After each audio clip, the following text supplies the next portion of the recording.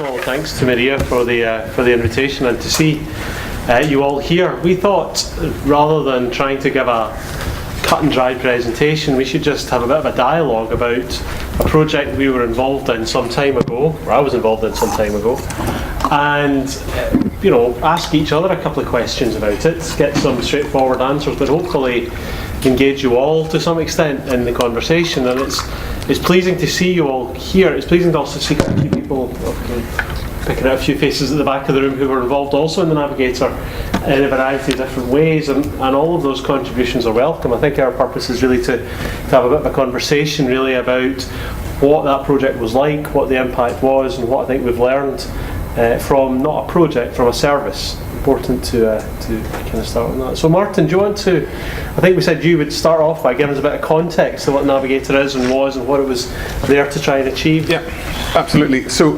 as well as being subversive in not giving you a PowerPoint presentation, I'm also going to be subversive and actually say that Collections Navigator was not about providing digital access to the collections. The whole concept of Collections Navigator was based on our facility called Glasgow Museums Resource Centre out at Nits Hill. It was first created as part of the redevelopment of Kelvin Grove, where we had hundreds of thousands of objects stuck in the basement. We needed that space for the public, so the collections had to go elsewhere. So we created a new storage and public access facility out at Nits Hill.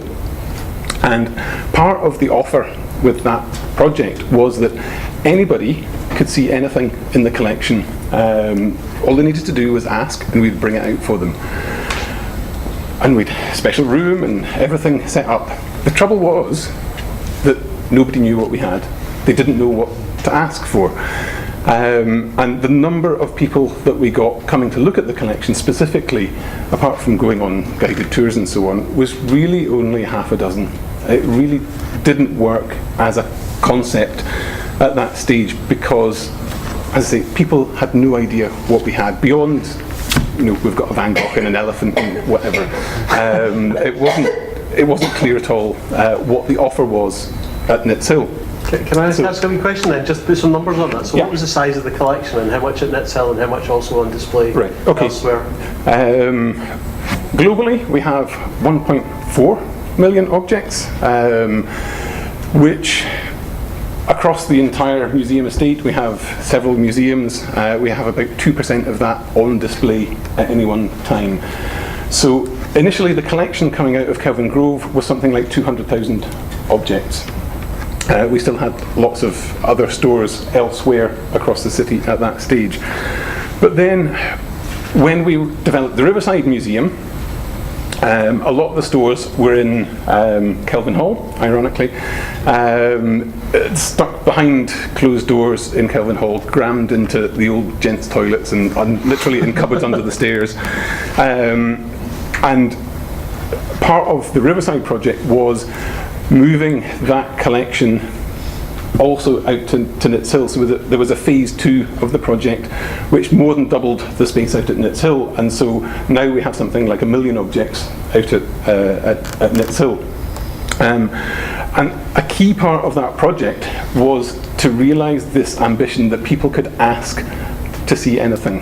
And so part of the HLF funded project was to create this Collections Navigator. We didn't really know what we were doing or how to go about it. We were kind of stuck because I think most people will kind of understand that museums have tried to get their collections online. They start off with one system. They start with collection object number 1 and try and work their way through. And by the time they've got to collecting or object 1,000 or whatever, a new system comes along. So you start again. So you're back to object number 1, and you never, ever get finished. So the key thing for Collections Navigator was turning the whole thing on its head, in a similar way to the UMIS thing was, let's start by describing the entire collection first. and then break it down into smaller and smaller chunks. So we will always be finished because we're starting at the finished collection, and then we can, at our leisure, break it into smaller and smaller chunks, into more and more bits of detail.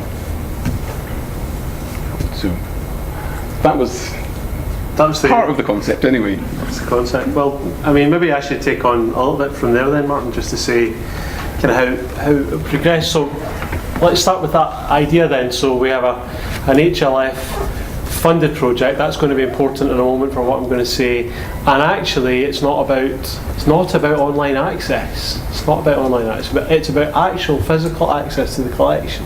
And I kind of come back to that. It's not just a theoretical concept, you know. We're talking here, if I recall correctly, this is something like the city's largest fiscal asset. It was back in the day, probably not quite the claim it used to be, I grant you. And therefore, it's not just the city's museum collection is effectively a drain on its resources otherwise. Let me put that in business terms. The city's largest single fiscal asset is actually costing the city money rather than actually being an asset for the city to use. And Martin's statistics, 2% actually on display, 98% of it offering no value to the inhabitants of the city under any kind of means.